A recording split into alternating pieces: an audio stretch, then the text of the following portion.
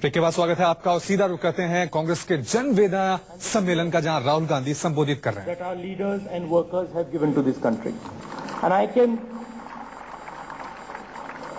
can name state after state where Congress workers and Congress leaders have sacrificed not only their sweat but their blood. I can see my friends from Punjab. I'd like to ask the BJP how many of their workers gave their blood in Punjab. I can see my friends from Assam. I'd like to ask the BJP how many of their workers have given their blood for this country.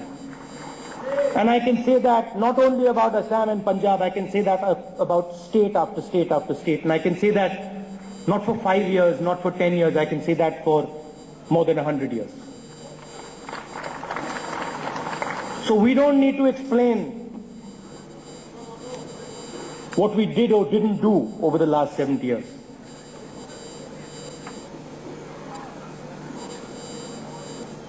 The BJP under Narendra Modi ji has done in 2.5 years what we did not do in 70. Every single institution that we constructed, whether it is the RBI, whether it is the judiciary, whether it is the election commission, the BJP and the RSS and Narendra Modi have weakened. There is today no institution in this country that is respected. We have come here to speak about demonetization. And people say, well, demonetization was a bad decision. For the first time in our history, a Prime Minister of India is being ridiculed the world over. For the first time, it has never happened at this scale. Never before has every single economist of any repute said that the Prime Minister of India has taken such an incompetent and badly thought out decision. So we didn't do this over the last 70 years. The RBI governor, an institution that we respected, an institution that is the financial bedrock of this country, has been ridiculed. The position of the RBI governor has been ridiculed. And the reason is that the RSS and the BJP are under the impression that nobody's opinion in this country matters except their own. The demonetization decision was a personal decision of Mr. Narendra Modi. Today I read in the newspaper, the Prime Minister says that he is going to transform India. The Prime Minister needs to spend some time among the poor people of this country. The Prime Minister needs to go to the farmers of this country. The Prime Minister needs to go to the laborers of this country. The Prime Minister needs to ask himself why suddenly auto sales have fallen by 60%. The Prime Minister needs to ask himself why suddenly the Narega, which he criticized in Parliament, suddenly has so much demand. The Prime Minister needs to ask himself why people are suddenly running back into the villages instead of running to the cities looking for jobs. This is not the transformation India was looking for. The Prime Minister promised jobs.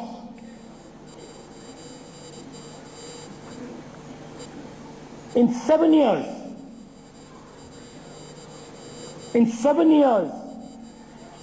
there has not been as much unemployment as there is today. So the Prime Minister jumps. He jumps from let's clean India, to let's do surgical strikes, to let's demonetize. He keeps jumping from one thing to another. And the people of India keep wondering, when are Achhe Din going to come? When are the good days going to come? Let me tell the people of India अच्छे दिन are only going to come when the Congress party comes back to power in 2019.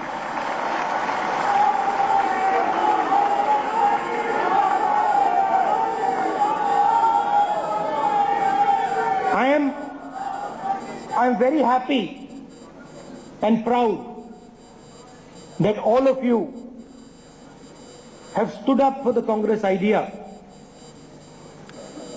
have shown the people of India exactly what this demonetization decision has cost them, have raised the voice of the people of India, because there is tremendous pain in India.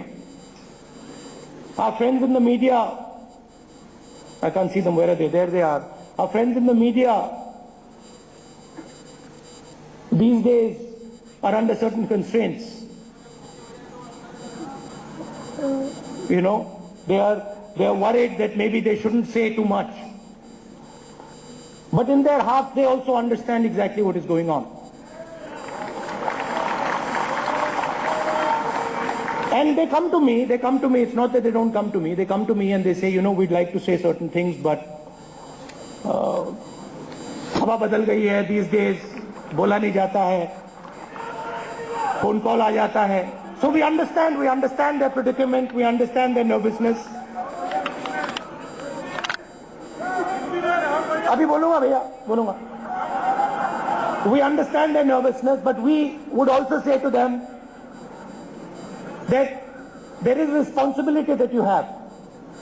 There is a responsibility that you have in raising the pain that our people are feeling, the pain that people in the villages are feeling. And you mustn't shy away too much from that responsibility. Hindi में बोलता हूं.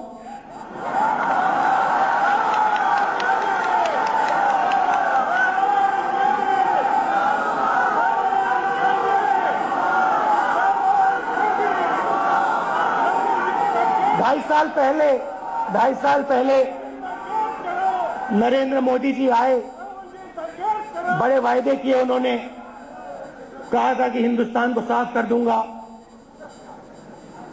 सफाई कर दूंगा, सबको झाड़ू पकड़ाया, कहा कि भैया ले झाड़ू, हिंदुस्तान की सफाई शुरू करो. फैशन था, 3-4 दिन चला. नरेंद्र मोदी जी ने भी झाड़ू लगाया और फिर भूल गए. चलो भैया हिंदुस्तान साफ हो गया, अब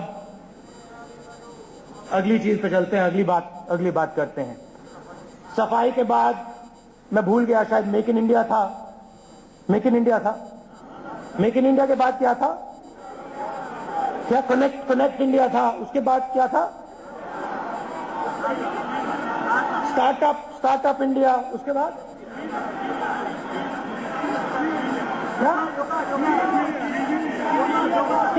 फिर स्किल इंडिया, फिर थोड़ा सा योगा किया इंडिया गेट पे.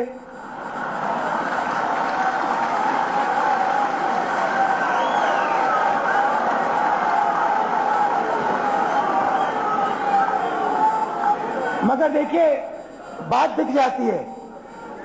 जो हम में और बीजेपी में, आरएसएस में फर्क मैं आपको बताता हूं. नहीं, मैं आपको बताता हूं. देखिए दिख जाता है, अगर आप ध्यान से देखें तो दिख जाता है. चीज छुपाई नहीं जा सकती है. अगर आपने देखा होगा, जब झाड़ू लग रहा था,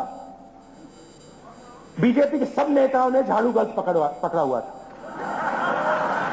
मोदी जी ने झाड़ू को ऐसे पकड़ा हुआ था. जब योगा की, बड़ा फैशन हुआ, बड़ा सुंदर लगा, मगर पद्मासन नहीं लगा. मैं नोटिस करता हूं, मैं बातें नोटिस करता हूं. बहुत सुंदर लग रहा था, मगर पद्मासन नहीं हुआ. मैंने योगा किया था, थोड़ी देर की थी, मैं इतना एक्सपर्ट नहीं हूं. मगर जो योगा मुझे सिखा रहे थे, उन्होंने कहा था कि भैया देखो, जो योगा करता है वो पद्मासन कर सकता है, और जो पद्मासन नहीं करता वो योगा नहीं कर सकता. खैर वो दूसरी बात है. तो वहां से हम गए skill India, yoga, make in India, teach India, पता नहीं कहां कहां. और फिर अंत में डीमोनेटाइजेशन। मन की बात तो चलती जाती है, मगर फिर डीमोनेटाइजेशन, जिसको हिंदुस्तान के इकोनॉमिस्ट को छोड़ दो, जिसको दुनिया के सब इकोनॉमिस्ट ने, एक नहीं छूटा, जिस इकोनॉमिस्ट ने डीमोनेटाइजेशन का जो कॉन्सेप्ट था, सिंधिया जी बैठे हैं यहां पे, आपको याद होगा, सिंधिया जी आपको याद होगा जब हिंदुस्तान टाइम्स का कॉन्फ्रेंस हुआ था, वो हमारे सामने आए थे और उन्होंने बताया कि जो मेरी थियरी थी वो आपके प्रधानमंत्री समझे ही नहीं। मुस्कुरा रहे हैं। जिसने कॉन्सेप्ट डिमोनेटाइजेशन का दुनिया को दिया, उसने कहा कि भैया यहां तो डिमोनेटाइजेशन किया ही नहीं इन्होंने। उसकी पूरी सोच है कि हाई वैल्यू के जो नोट्स हैं, बड़े नोट्स हैं, उनको आप निकाल दो, और यहां पे 2000 रुपए का नोट दे दिया।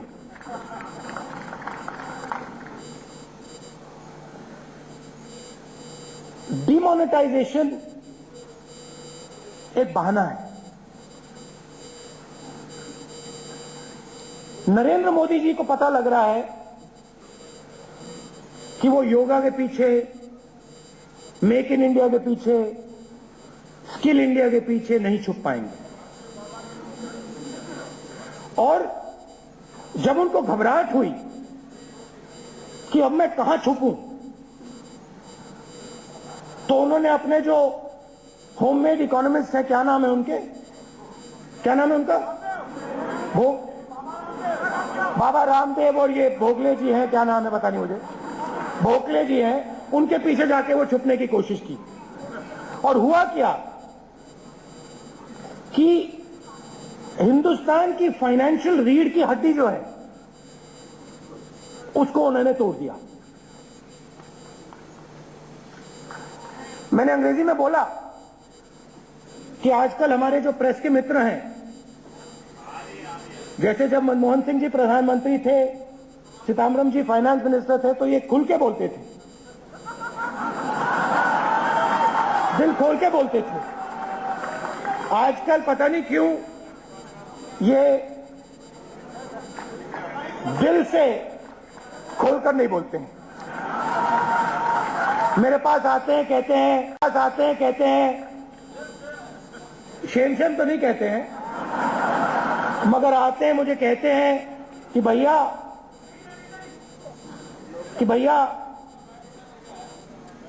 हाँ, डर लगता है ये नौकरी चली जाएगी, फोन कॉल आ जाएगा, तो आप हमारी बात समझ जाइए।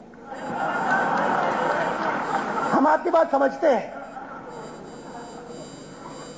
और हम आपको कष्ट नहीं पहुंचाना चाहते हैं, मगर आपकी भी थोड़ी जिम्मेदारी है।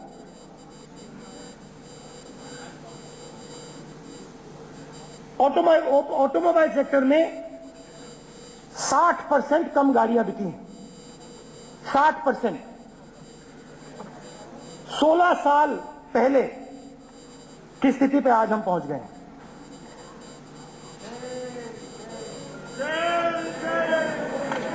नरेंद्र मोदी जी को पूछना चाहिए अपने आप से, अपने से, कि 60% ऑटोमोबाइल सेक्टर में सेल्स कम क्यों हुई।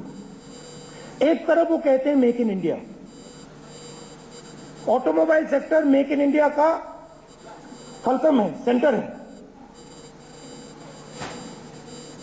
नरेंद्र मोदी जी को पूछना चाहिए कि मनरेगा में इतना डिमांड क्यों बढ़ गया। वही कार्यक्रम जिसका उन्होंने मजाक उड़ाया था, पूरी दुनिया को कहा था कि भैया देखो कांग्रेस पार्टी ने क्या किया, मजदूरों से गड्ढा खुदवाते हैं। उनको पूछना चाहिए कि आज मनरेगा का डिमांड इतना क्यों बढ़ रहा है।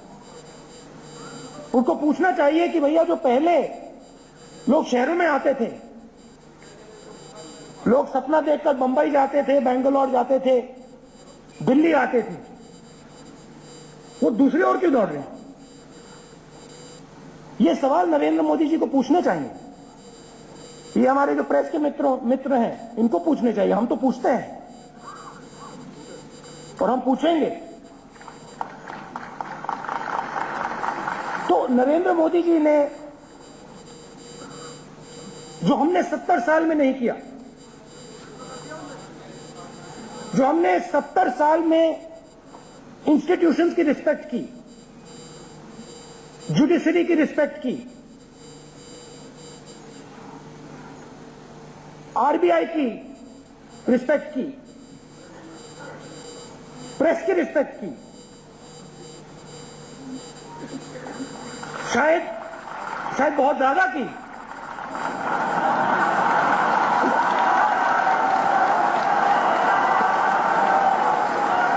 शायद, मगर ये सब काम नरेंद्र मोदी जी ने, आरएसएस ने 2.5 साल में बंद कर दिया। और दुख की बात है, क्योंकि ये जो इंस्टीट्यूशंस हैं, ये एक प्रकार से हिंदुस्तान की आत्मा है, हिंदुस्तान का स्पिरिट है। और ये लोग जो हमारे धर्म की बात करते हैं, हिंदू धर्म की बात करते हैं, यही लोग इस देश की आत्मा को खत्म करने में लगे हुए हैं। आरबीआई हिंदुस्तान के लोगों का एक्सप्रेशन है। जब एक जज कोर्ट हाउस में बैठता है, वो हिंदुस्तान की स्पिरिट, हिंदुस्तान की आत्मा को रिप्रेजेंट करता है। जब एक व्यक्ति फैक्ट्री में काम करता है, वो हिंदुस्तान की आत्मा को रिप्रेजेंट करता है। और जब आप 3-4 लोगों के साथ दुनिया का सबसे बड़ा फाइनेंशियल एक्सपेरिमेंट बिना किसी से पूछे, बिना किसी को बताए, हंसते हुए, गोयल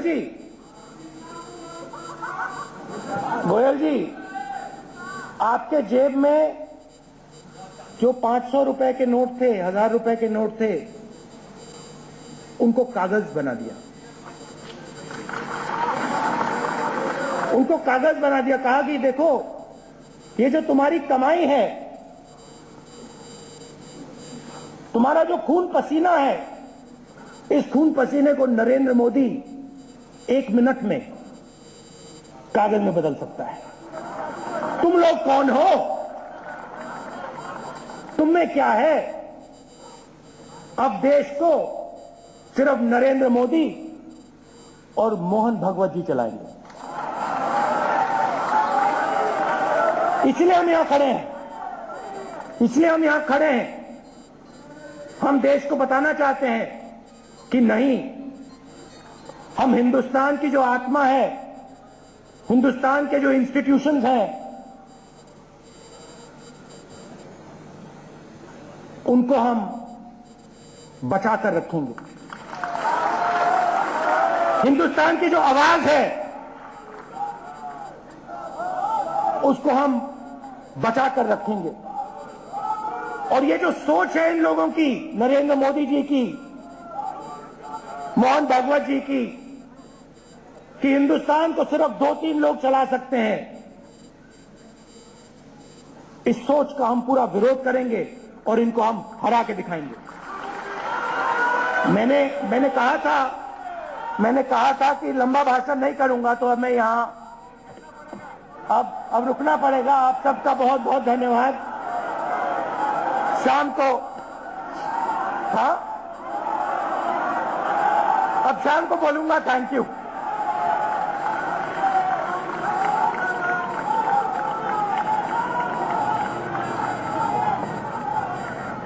तो आप सुन रहे थे कांग्रेस उपाध्यक्ष राहुल गांधी को जनवेदना सम्मेलन में बिना सलाह लिए सबसे बड़ा आर्थिक प्रयोग किया। गंभीर इल्जाम लगाए राहुल गांधी ने प्रधानमंत्री नरेंद्र मोदी पर। कांग्रेस सरकार ने हमेशा संस्थाओं का सम्मान किया, प्रेस का सम्मान किया। राहुल गांधी ने कहा कि बिना समझे बूझे किसी से पूछे नोटबंदी का फैसला ले लिया। कांग्रेस ने न्यायपालिका का सम्मान किया।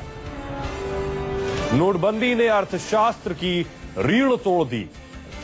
यह इल्जाम राहुल गांधी के जन वेदना सम्मेलन में विफलताओं को छिपाने के लिए नोटबंदी का फैसला लिया गया।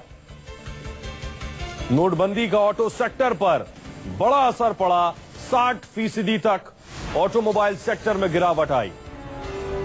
देश को प्रधानमंत्री मोदी और मोहन भागवत चला रहे हैं। ये गंभीर इल्जाम राहुल गांधी ने लगाए सरकार पर। देश को मोदी और मोहन भागवत चला रहे हैं, जो बिना किसी से सलाह मशवरा किए, जो बिना लोगों के बारे में सोचे हुए फैसला ले रहे हैं। राहुल गांधी ने प्रधानमंत्री नरेंद्र मोदी की योजनाओं का मजाक भी उड़ाया। सुनिए। फैशन साथी 2.5 साल पहले नरेंद्र मोदी जी आए, बड़े वायदे किए उन्होंने। कहा था कि हिंदुस्तान को साफ कर दूंगा, सफाई कर दूंगा। सबको झाड़ू पकड़ाया, कहा कि भैया ले झाड़ू, हिंदुस्तान की सफाई शुरू करो। फैशन था, 3-4 दिन चला।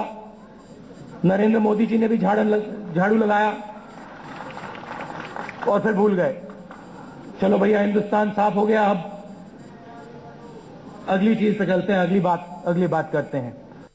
अगर आपने देखा होगा, जब झाड़ू लग रहा था, बीजेपी के सब नेताओं ने झाड़ू गलत पकड़ा हुआ था। मोदी जी ने झाड़ू को ऐसे पकड़ा हुआ था। जब योगा की बड़ा फैशन हुआ, बड़ा सुंदर लगा, मगर पद्मासन नहीं लगा। मैं नोटिस करता हूं, मैं बातें नोटिस करता हूं। बहुत सुंदर लग रहा था, मगर पद्मासन नहीं हुआ। मैंने योगा किया था, थोड़ी देर की थी, मैं इतना एक्सपर्ट नहीं हूं, मगर जो